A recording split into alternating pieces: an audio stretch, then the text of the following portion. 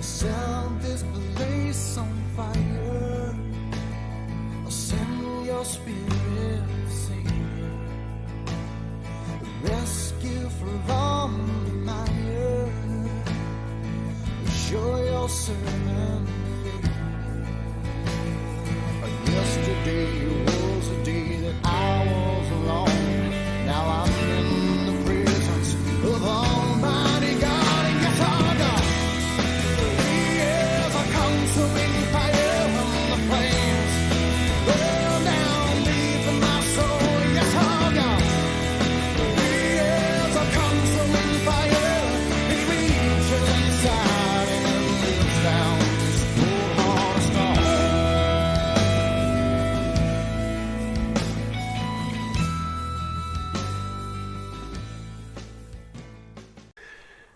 All right. How's everybody? Welcome to Supernatural Saturday. I am your host, Praying Medic.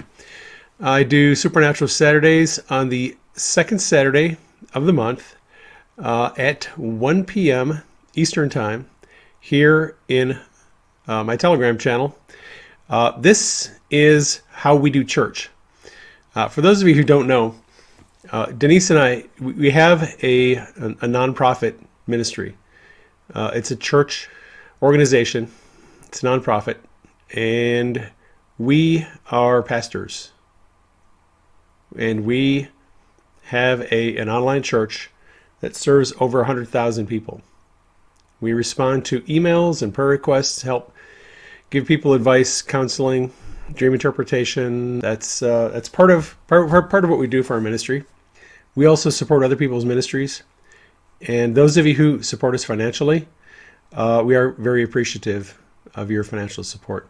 I'll have a special message for people who support us by checks and money orders at the end of this message. I'm going to have an end of the year message for you folks.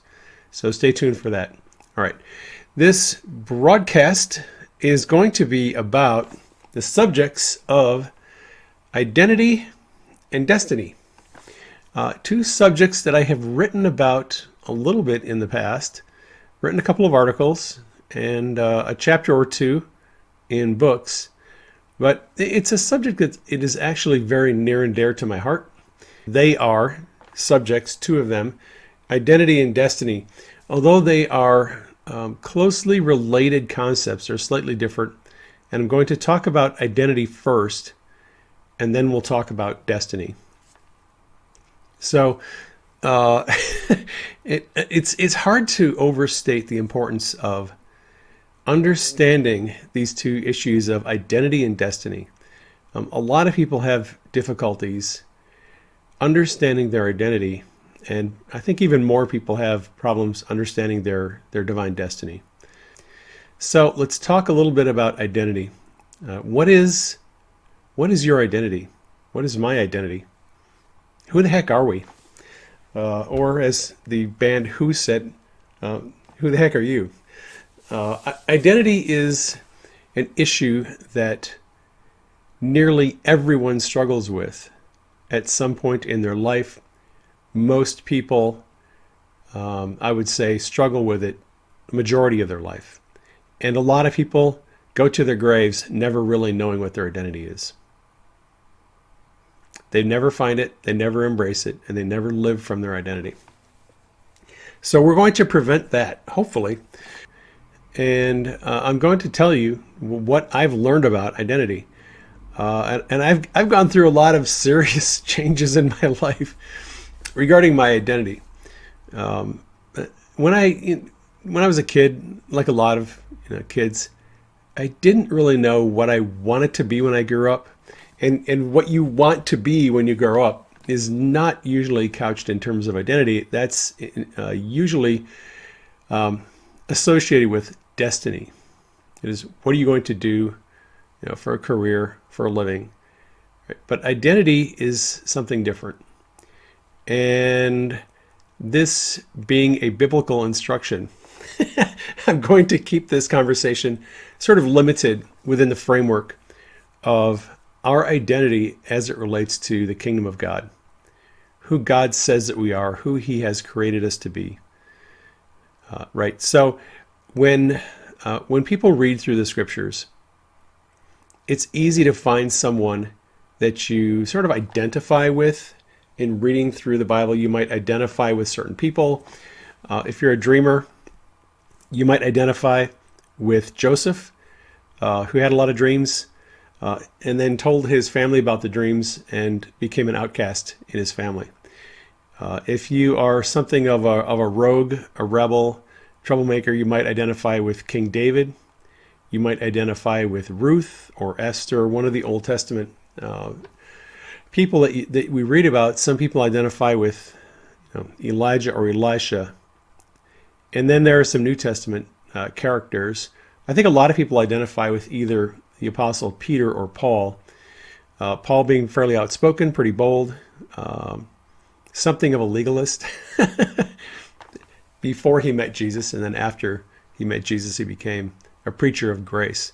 Right. So we look through the scriptures, and you can look through history, and you sort of latch onto these various people, and kind of use their life as a template or a model.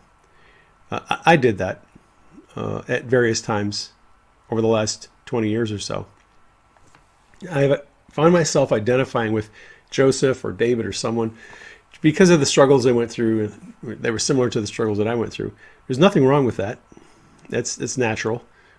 One of the purposes for the stories that we read in the Bible is to inspire and encourage us to persevere through times of difficulty, to keep going, and to learn the lessons that the saints and the patriarchs, what they learned. How did God deal with adversity, for them? They had difficulties, struggles. How did they resolve those problems? How did God intervene? How did God give them favor? Those stories exist for our benefit, right? And we're supposed to learn from those examples. But we're not supposed to adopt them as our role models. That's actually where a lot of people get into trouble. If you have a favorite pastor that you like to listen to, podcasts or videos or whatever, if it's a prophetic leader or just a pastor or some teacher, it's easy to look at these people who are very gifted and popular and sort of adopt them as a role model. Like I said, I've done this in the past. I've adopted various speaking styles and idioms, idiosyncrasies, and patterns of speech from people that I admired. But those people are not intended to be role models for me. The role model for me is Jesus, right? So Jesus came to earth as a man, fully God, fully man, and he lived a perfect sinless life. And he demonstrated and taught and manifested God's nature, God's heart, and the realities of God's kingdom. And the Bible says that we are supposed to be transformed or conformed into the image of Christ. Jesus is our role model. Our identity, who we are, who God intends for us to be, to become, is we're supposed to be exactly like Jesus to the best of our ability. We are to be conformed into his image. The word Christian means someone who is Christ-like. We are supposed to become like Jesus. We're supposed to do the things he did. We are supposed to live our life sort of the way he lived. That might include a little bit of supernatural activity like healing, deliverance, and prophecy and things of that nature. But I digress. So the the biblical template for the identity of the believer is Jesus. We are supposed to act like, talk like, behave like. We're supposed to interact with other people, friends, relatives, on the job.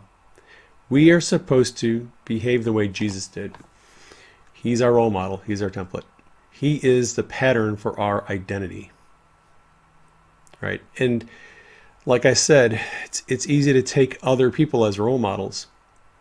But Jesus is our ultimate role model. He is the person that we're supposed to be, pattern our behavior, our thinking, and our life after. And that's a tall order for some people, because they can't really see themselves walking in the shoes of Jesus, doing the things that Jesus did, behaving the way he behaved, forgiving people, ministering to people, healing and deliverance. But that is our calling. It's a high calling. The bar is set pretty high. The good thing is that God doesn't get angry at us, and he's not disappointed if we don't hit the bar. We're going to come up short quite often, but sometimes we're going to nail it. Healing is a good example. When I first started praying for people to be healed 14 years ago, I prayed for hundreds of people and no one got healed. I went for 9 months trying to be like Jesus, trying to pray for strangers. Lord, if it's your will, get this person healed. And nobody got healed. And I was discouraged and disappointed and angry. And I'd come home and I'd curse and swear, and I'd tell God, look, I'm done. I did my part. You're not holding up your end of the bargain. You said pray for people and I'm doing it. No one's getting healed. I'm done. This is over. I'm going to go back to being an atheist or something. No, not really. But then I'd have a dream. And in the dream, I would be praying for somebody in the ambulance and they'd get healed. So I'd go back to work the next day and try again to be like Jesus. Try again to get people healed. And I failed. And I came home the next day and I went back to work, prayed for 4 or 5 more people who didn't get healed. Came home, went work the next day, prayed for 5 or 6 more people who didn't get healed. And that kept going like that for 9 months. It can be frustrating and difficult to try to live the way Jesus lived, to try to emulate his behavior. But if you find people who are successful in it, if you find people who are successful in healing or deliverance, miracles, you and learn from those people, you can become successful. And that's what I do. My ministry is built on Ephesians 4:11 and 12. God, or Jesus, gave gifts to the church, some to be prophets, pastors, teachers, evangelists, for equipping the saints for the work of ministry. That's what I do. I do training and equipping.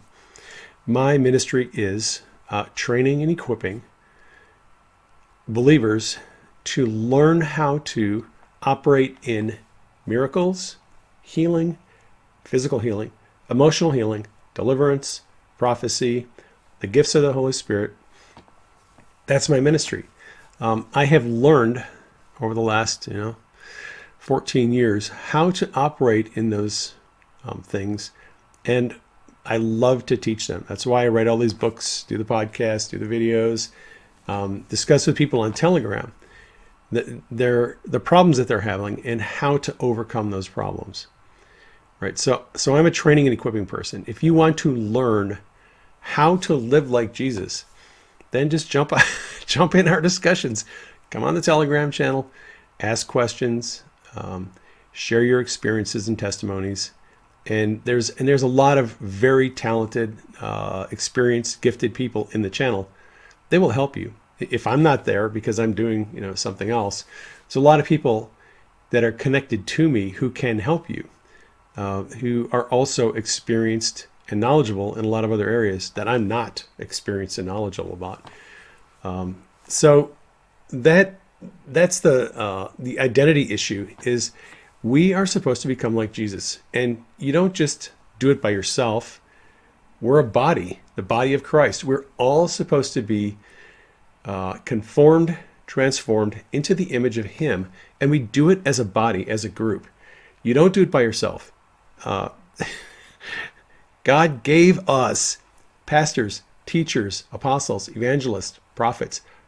Those people are supposed to train us so that we learn how to become like Jesus. We need help. We need their help.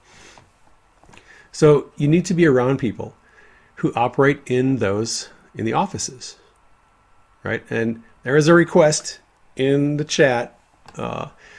Someone asked if I would address the office of the prophet. I will probably do that in a later broadcast. There's a very interesting dynamic in the fivefold ministry: the prophet, evangelist, pastor, teacher, and apostle. I haven't done any videos on that subject. Like I said, I'll probably address that at a later date. But for today, if you want to walk in your identity as a believer, as a little person who emulates Jesus, you need help, you need training, you need equipping. You can't do it on your own. You have to get connected to people who can help you get up the curve. All right, so that's why I provide the ministry that I do in training and equipping. And like I said, I'm connected to a lot of people who can help in areas where I'm not all that experienced or gifted. All right, your identity is to become just like Jesus in your own unique way. All right, so let's switch to the subject of destiny. What is destiny? What is our destiny? What does it mean? From my perspective, our destiny is closely linked to our identity. But our destiny it's sort of, I think of it as a future concept. It is where we're going, who we are becoming, and what we are doing. I link destiny very closely to what we do. Right. So identity is who we are, and our destiny is what we do. Right. So destiny. When I was a kid, I had no idea what I was going to do when I became an adult. I really didn't have any clue.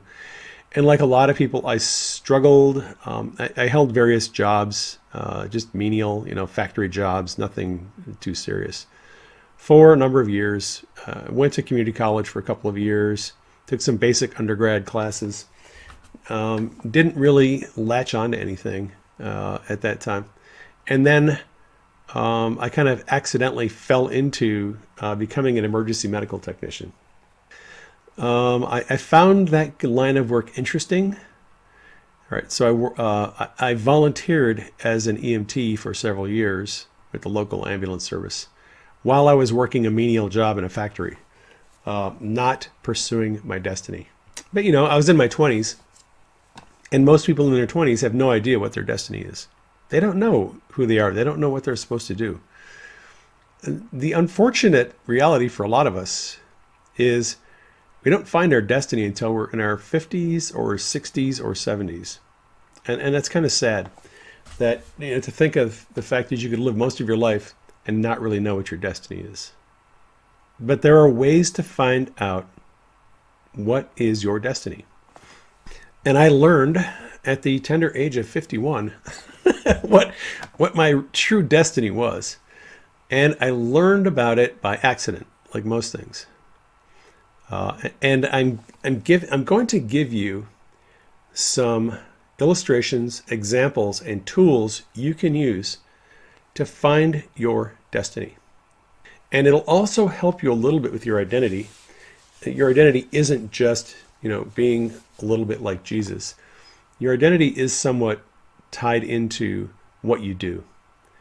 And it's definitely who you are. And the thing that a lot of people don't know is who they are. They've never actually taken a lot of time to look inside of themselves, to introspectively examine who they are and what they're all about. I'm going to start off with a discussion that is very interesting to me. And I got interested in this subject years ago. And this subject is personality types. I took some psychology classes when I was younger. I've had a passing interest in psychology, although I'm much more interested in what God has to say about the human soul and the mind than I am about secular psychologists. However, there's this one guy named David Keirsey, Keirsey. David Keirsey, Keirsey, wrote a couple of books, Please Understand Me, and then he wrote a second book, Please Understand Me Too. Very good books on the subject of personality temperaments. Personality temperaments it's a field that's been developed over probably 100 years. And years ago, there was sort of 4 basic personality temperaments. That older model has been refined. Myers-Briggs came out with a scale, sort of a personality temperament, that comes up with 16 different types of personalities. ESFJ, INFJ, ISFP, right? All these different 4-letter combinations. And Keirsey took the Myers-Briggs personality temperament breakdown and gave it his own unique spin, which I find fascinating. Me personally, I think he has really good insights into what makes people tick. And if you want to understand your destiny, you need to understand what makes you tick. How does your mind work? Why do you like the things you like? Why do you engage in the certain behaviors? Why do you avoid certain situations? And why are you attracted to certain situations and people? What makes you tick? Right. So Keirsey, he's all about that stuff, but he likes to understand what makes people tick. So he takes the Myers-Briggs personality typing, and it's basically a matrix, and it takes things like whether you're introverted or extroverted, whether you're sensing, feeling, judging, perceiving. Those are the usual indicators that they look at. Keirsey takes those 16 personality types and defines them a bit differently. He does use introvert and extrovert as 2 of the indicators, because introverts and extroverts perceive and act differently. Now, I should make a clarification here. Some people don't like the term introvert or extrovert, and some people don't understand what it actually means. They call themselves ambiverts because they think that the word introvert means you always want to be kept to yourself. You never ever want to talk to people. You never want to be in social situations. You're just terrified of being in groups of people. That's not what an introvert is. My wife is an introvert. What that means is she generally prefers to be by herself, although she is also comfortable in social situations. She likes it when we get together with friends, we go out to dinner, when we have occasions to meet other people, talk with people online. She's perfectly fine with that. It's not that introverts are averse to meeting and discussing with other people. It just means that they generally prefer quiet time. They get regenerated and restored and renewed in their quiet time. That's what sort of energizes them. They can deal with social situations for a period of time, and then they get worn out and they get tired of it. They just want to go back in their cave for a while and, get renewed. Extroverts, on the other hand, are okay being by themselves. I'm an extrovert. I sit here in my office for days by myself, writing and editing and doing my things. But I jump online, I get on Telegram, I get on Truth Social, I do some social media interaction with people. Extroverts are more inclined to enjoy social interaction with other people. They're okay being alone by themselves with their own thoughts for a while, but they will eventually sort of gravitate toward, I got to call somebody, I got to text somebody, need to get on, social media, interact with people because I'm getting kind of lonely, a little angsty, right? So the extrovert is a little more prone to wanting social interaction. The introvert is a little more prone to wanting to be by themselves. All right. So, and within both introvert and extrovert types, it's a continuum, it's a spectrum. Some people are sort of in the middle. They don't really have strong feelings one way or the other. Some people are very much prefer isolation. Some people very much want social interaction all the time. All right. So Kersey takes the introvert and extrovert preferences, and then he further looks at your personality, your behaviors of communication and action. How do you communicate with other people, and how do you act? All right. So the communication is broken into two categories: concrete and abstract. So some people tend to think and talk and communicate in concrete terms. The here and now, what is real, what is factual, what is solid. Other people prefer to think and talk in abstract terms. They talk about theories, they talk about ideologies, belief systems. Those are abstract terms. Some people are very much connected to and tied into the abstract, and some people are very much connected to and tied into concrete ideas. So that's one of the three ways that Kersey looks at this. And the third way is actions. So Kersey asks the question, do your actions tend to be cooperative, or do they tend to be utilitarian? So cooperators tend to do what is right without respect to whether it works. So cooperators tend to follow the law, follow the rules, follow accepted behaviors and protocols. Whether or not it works is a secondary consideration. Those are cooperators. And then the opposite is utilitarians. Utilitarians are pragmatic. They will do what works. They'll do what gets the job done, what accomplishes the goals. They will look at whether it follows accepted procedures, policies, guidelines, rules. That's sort of a secondary consideration. What they want to do is they want to know, does this work? Right? Those are two different ways at looking at actions, just like two different ways at looking at the way we communicate, concrete and abstract, two different ways in which we interact with people, introvert and extrovert. So based on those three categories, Kersey then takes people who are abstract cooperators, and they are called idealists.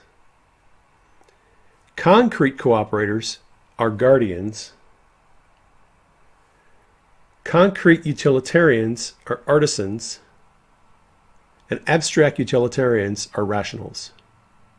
So he has a division of four: idealists, guardians, rationals, and artisans. Those are the four major personality categories, and then he further divides those four.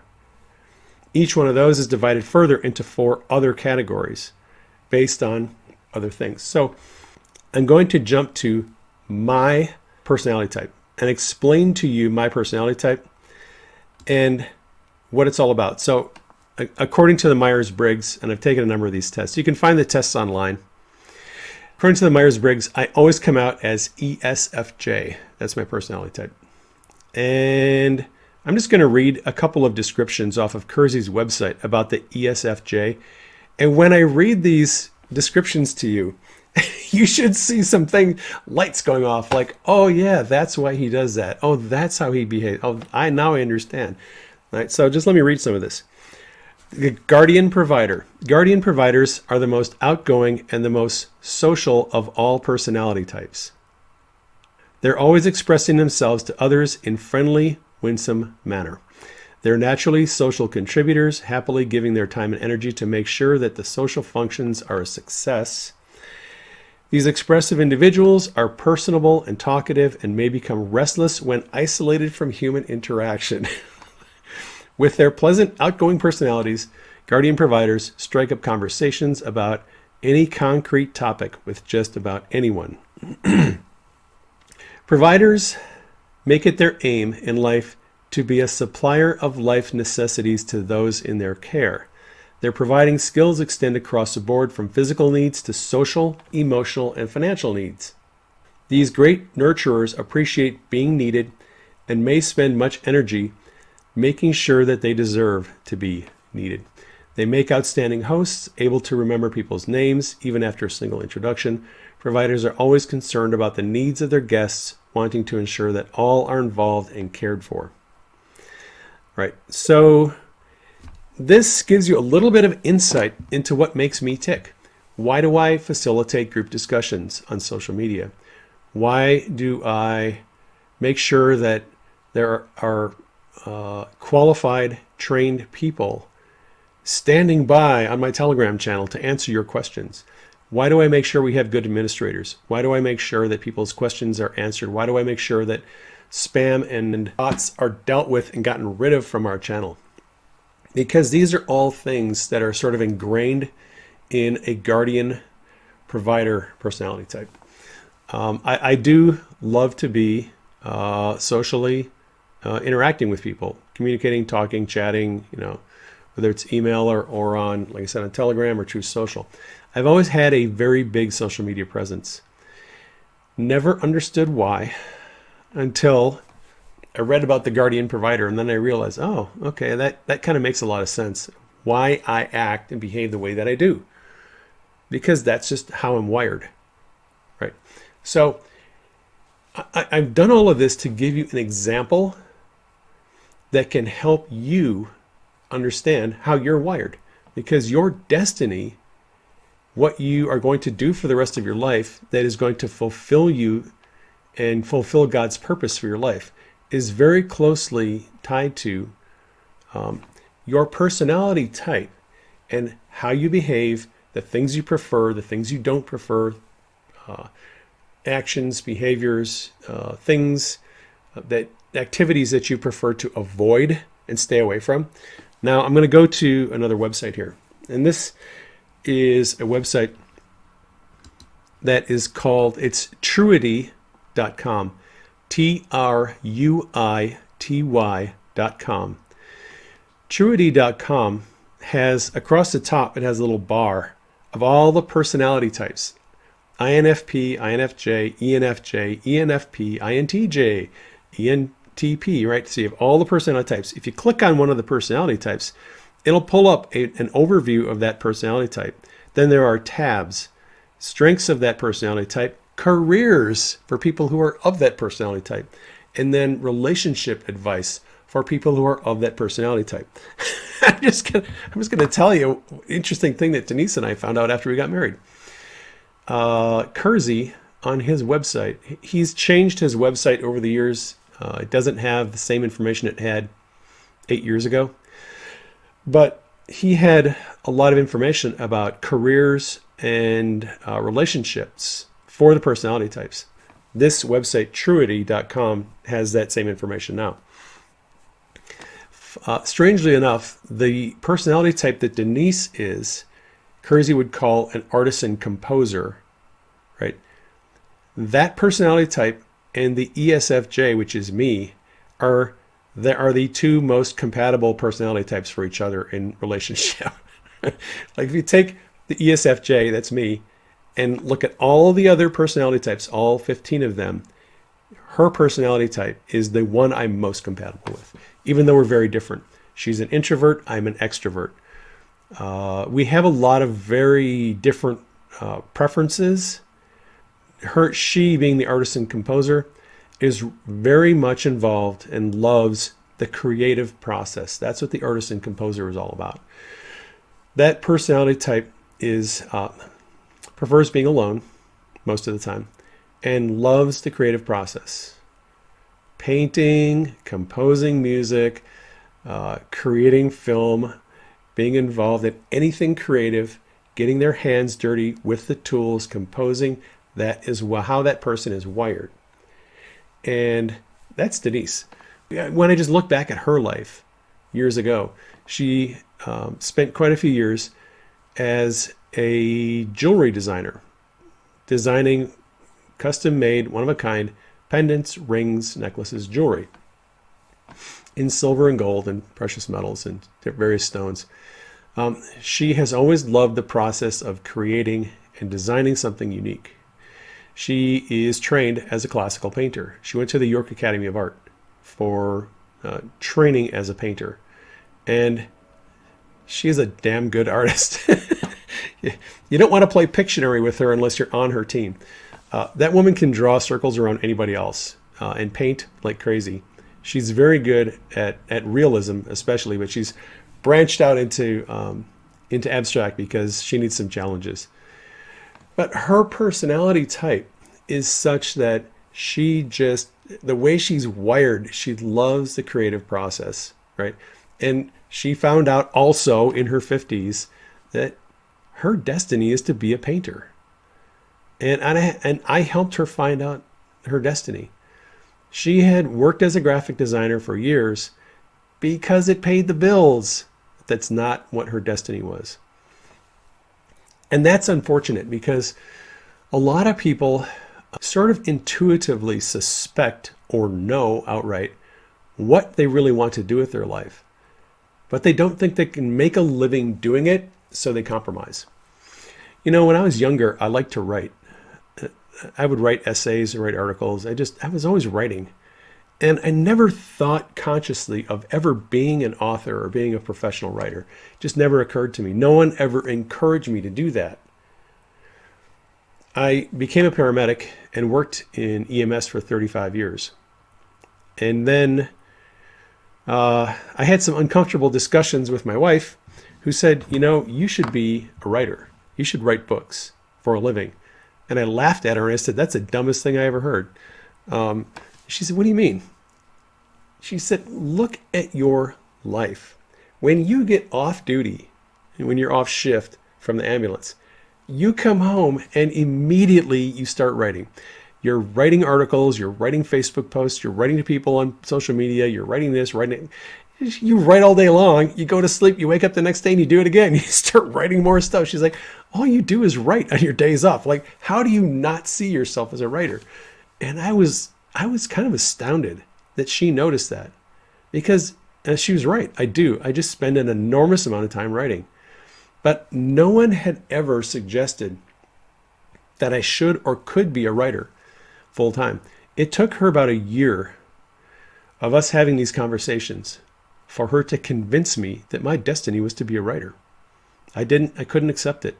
Couldn't hear it. It was very difficult for me to even think about it. And then she said, we need to have our own business. We need to have our own publishing company. And I was like, we're not going to have our own business. Like, that is just not going to happen. I never wanted to have my own business.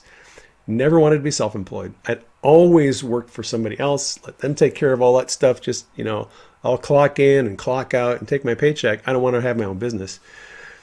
And Denise, again, over the course of about a year, convinced me that we needed to have our own business. We now have 2 businesses and a ministry.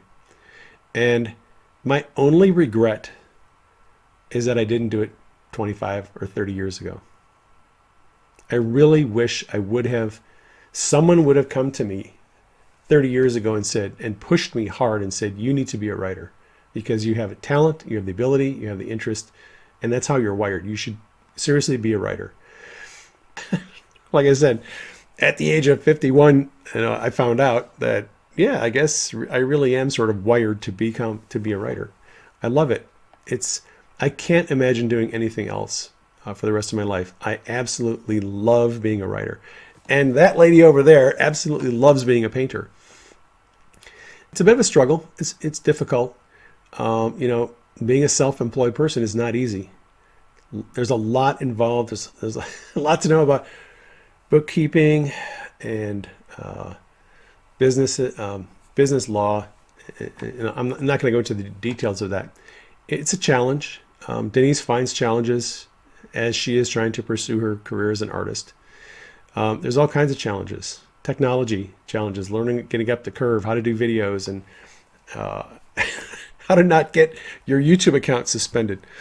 Things of that nature. If you get into certain subjects, you can come against big obstacles, but God will help you. And that is another key in finding your destiny. God will help you figure out, understand, and then be successful in your destiny. If you're on your divine destiny, God will bring resources to help you. That's what I found. When I finally understood that God wanted me to be a writer, He gave me the time, He gave me the inspiration, He gave me the tools to start writing. First it was articles, then it was books. And I could just feel the favor of God on me as I began to write, and as I began to walk in my divine destiny. Now, if you're asking yourself, what is your destiny? I would ask you, what is it you really love to do? I've kind of observed over the years that you can somewhat tell what a person's destiny is by observing what they do habitually. So if you're always monkeying with computers, or if you've got a soldering iron everywhere and solder and electrical components, maybe you should, consider being an electrical engineer. If you just love that sort of life, those things, concepts and components, things love you, schematics, and creating, circuits, maybe you should consider being an electrical engineer if that's what you're interested in. If you are singing all the time, singing in the shower, singing in your car, singing wherever you go, you're probably destined, your destiny is probably related to singing. If you habitually write like a maniac, you're just writing all the time, good chance that God has wired you to be a writer, because that's what you habitually do. It's what you enjoy doing, what you fill your free time with. Whatever you habitually do, that is generally what you're supposed to be doing as a career. My son started writing his first novel when he was in high school. After reading the Lord of the Rings trilogy and Aragon and a number of other fantasy series, he started writing his first fantasy novel. And his goal is to become a fantasy writer, a novelist. He's not doing that right now. He's compromised. He is working a job because it pays the bills. Right, so let's talk about that. A lot of people will intuitively figure out what it is they want to do. Like, I want to do this, but I can't make a living doing it. So I'll do this instead. I'll work at a bank. I'll work at a store. I'll do this job because it pays the bills. And maybe one day I'll get around to doing this thing that I really love doing. That is unfortunate that many people end up forfeiting their destiny in exchange for something that pays the bills. My hand is up. Been there, done that. Denise did the same thing. She worked as a graphic designer. Being a graphic designer isn't her destiny. Her destiny is to be an artist, a painter. That's her destiny. And she knows it. And now I know my destiny is to be a writer. It's unfortunate we learn in our 50s, but a lot of people will compromise. They will just say, look, when Denise went to art school, they told her, it was hammered into her brain, if you think you're going to be a professional artist, you're going to be a starving artist, because nobody makes it. Nobody ever is successful as an artist, commercial artist, or make a lot of money. That's just like 1 in a million people. Most artists are starving artists, right? That lie was pounded into her head all the way through art school. And we all have lies that are pounded into our heads that make us forfeit our destiny and compromise and do something else that is not our destiny. A lot of you who are listening to this are doing something as a job or a career that you are not suited for. You've compromised. You've decided that, I can't make money doing that, so I'm going to do this instead because it pays the bills. One of these days, you're going to have to put on your big girl pants and decide, I am not doing this anymore. I know what I want to do, and I'm going to do it. And now here's the key. When people ask me about, what do you think my destiny is? I ask them a question. If you had $5 million in the bank and all your bills were paid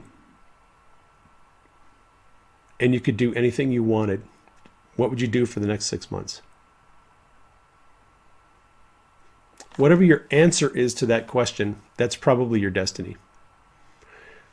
Because most people sort of intuitively know, like, well, if I had all that money and I could do anything I wanted, didn't have to worry about paying the bills, I know exactly what I'd do. I would do this and I'd do that and then I'd do this.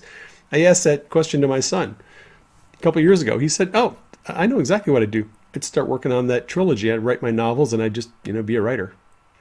He knew what he wanted to do. He knows his destiny. But he doesn't have $5 million in the bank. So he's working his job and he's working on his exit strategy. He does have a plan to get out of the line of work that he's doing right now and transitioning into being a writer like his dad. But that's a question you need to ask yourself. If you could do anything, if you could fill your time with whatever you wanted to do, what is it you would do? However you answer that question, whatever that thing is that you just love to do, that is tied to your destiny. It's very likely that thing, that activity is the desire in your heart. The Bible says God gives us the desires of our hearts. It's not talking about God giving us everything we want, God giving us a Cadillac or this. It says that God literally places our desires in our hearts. The things that you want to do, the things you want to accomplish, your goals, the things you love to do, those desires, God puts them there because they're part of and they're driving you toward your destiny. Figure out what it is you love to do more than anything else and start doing it. Find a way to make money at it. Find a way to partner with someone, whether it's, you might have to take out a business loan. Some people have to do that. But if you're good at that particular thing, if you develop the skills, if you develop the knowledge to become competent in that thing, and you can pull it off and do it well, make a business out of it, or work for someone else doing that thing, you will be happy the rest of your life. Trust me, I speak from experience. I was very, very frustrated the last 10 years of my career as a paramedic. Even though I was praying for people and seeing them healed, I did not really enjoy working in medicine. It was so stressful. And I'm not going to gross you out with all the things that I saw and the traumatic events that I witnessed. I'm just going to say it's very, very stressful work. And you can only do it for a period of time before that stress and all of the gore and horror that you see starts to affect you emotionally. I wish I had gotten out of medicine a lot sooner. But if I had, I wouldn't have seen a lot of people healed. So there's a trade-off. I got to have a lot of cool testimonies and see people healed in a somewhat traumatic, horrific environment. And now I get to write about it. But I would suggest to you, if you don't know what your destiny is, spend some time thinking about what would you, if money were no object, what would you do?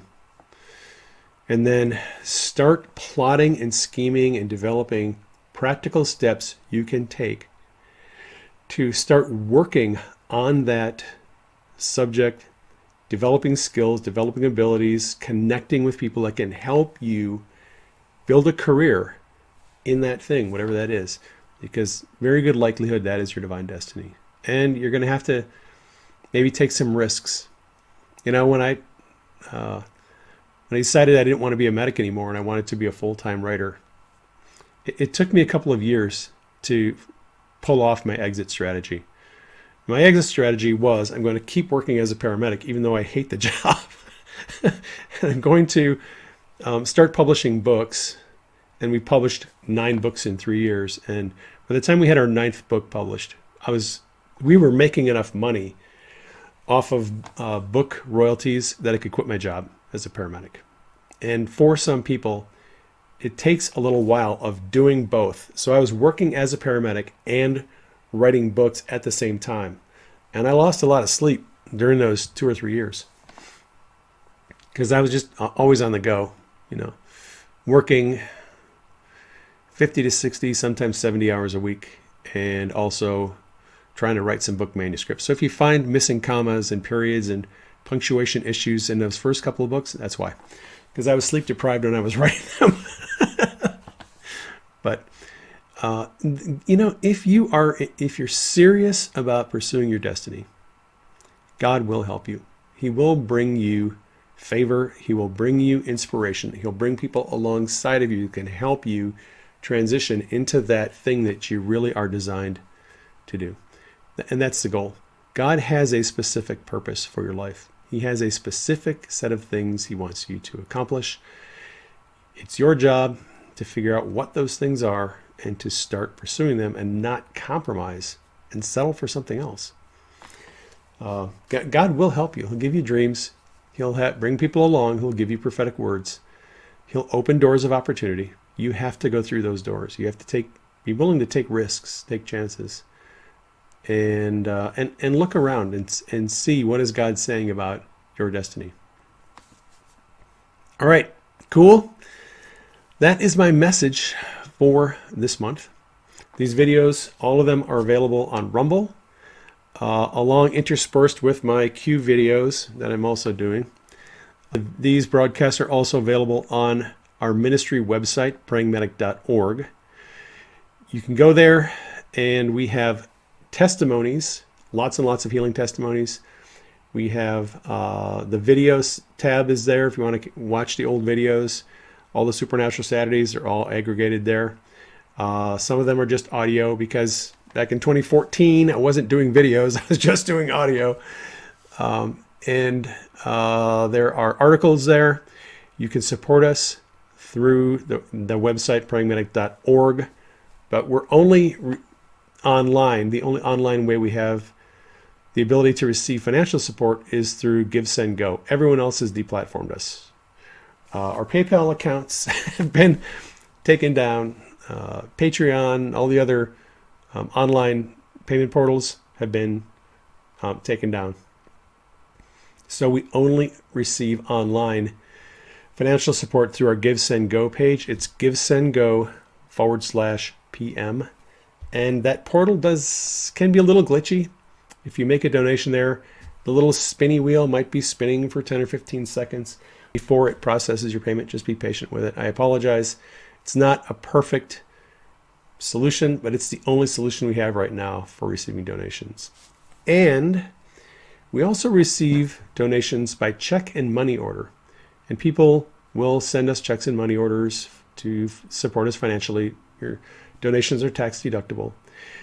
You can make them out to Praying Medic, and you can send them to 137 East Elliott Road, number 2292, Gilbert, Arizona, 85299. And if you need that address, you can look on the copyright page of any of our books, and our address is there. You can mail a check or money order there. And this is a message from Spouse Anon. She wants you to know that if you want to get in your donation for the end of the year so that it counts on this year's taxes, try to have your check or money ordered to us by December 25th. Denise always goes to the bank and makes a deposit on the last day of the year. She'll take whatever donations we've received and she'll deposit them in the bank on the last day of the year. So if we receive it before December 31st, she'll gather them all up and make a deposit, and you'll get a credit for making the deposit, the donation this year, and you'll get, in January, you'll get a receipt for that you can use for your taxes. But she wanted me all to let you know, it would be great if you can make your donations prior to December 25th. Makes it easier for her to get everything together and then take it to the bank. All right. I think that's all I have for you today. Thank you for joining me on the live stream.